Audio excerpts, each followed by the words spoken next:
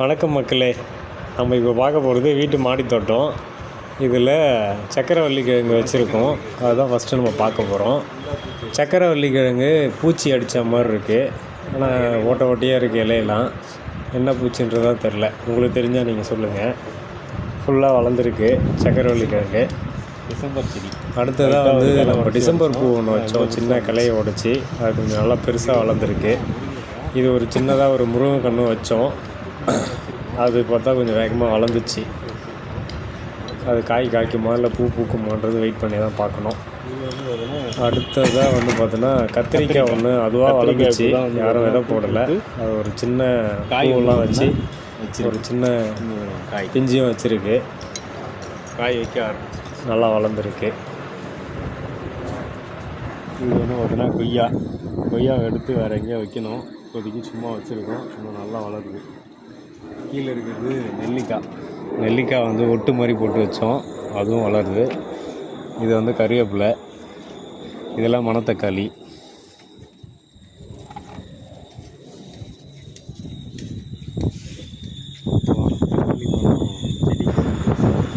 இது பார்த்தோன்னா நம்ம தக்காளி ஒன்று ஆட்டோமேட்டிக்காக வளர்ந்தது. இதுவும் நல்லா கொஞ்சம் க்ரோத் இருக்குது. மொத்தமாக பார்த்தோன்னா காய் தான் வைக்கல. கொட்டிக்குது. பிஞ்சு எல்லாம் கொட்டி போகுது. பூவும் கொட்டி போகுது. ஆனால் ஒரு சில பூ வச்சிருக்கு. வைக்கல. ஓரளவுக்கு காய் வைக்கும் தான் பார்க்கலாம். வெயிட் பண்ணி பார்க்கல. கற்பூரவள்ளி. இது கற்பூரவள்ளி தான் வச்சோம். இது நான் சின்ன ஒரு கிளை வச்சோம். ஆனால் நிறைய வளர்ந்துச்சு. இது ஆலோவேரா. நல்லா கத்தாழை சின்னதாக வச்சோம். நிழலில் கொஞ்சம் நல்லா தளன்னு வளர்ந்துருக்கு. இது சுண்டைக்காய். இது பார்த்தோன்னா சுண்டைக்காய் வளர ஆரம்பிச்சு. இதுவும் பார்த்தோன்னா விதைங்க போட்டு ரெண்டு உள்ள வளர்ந்துருக்கு. உள்ளார 2 துளசி இருக்கும். இது ரொம்ப நாளாக பூத்துட்டே தான் இருக்குது. பூத்த மரம் காஞ்சி போய் இது பார்த்தோன்னா சங்குப்பூ. கூடே கட்டி வெட்டி விட்டோம். அதில் கூடும் கட்டியிருக்கு. குருவி கூடு கட்டியிருக்கு.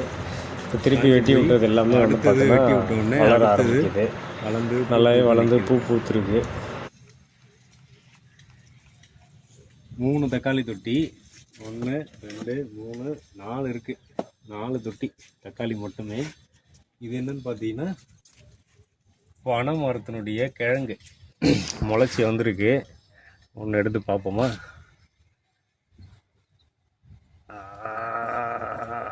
ரொம்ப ஆழமாக வளர்ந்துச்சு. இதுவும் ஆழமாக போயிடுச்சு. எதையும் எடுக்க முடியல. வேர் ஒன்றா காமிக்கிறேன். இங்கே வரேன். வேர் ரொம்ப ஆழமாக போயிடுச்சு. எதையும் எடுக்க முடியல. இது ஒரு தொட்டியில் இருக்குது. இங்கே இங்கே ஒரு தொட்டிலையும் இருக்குது.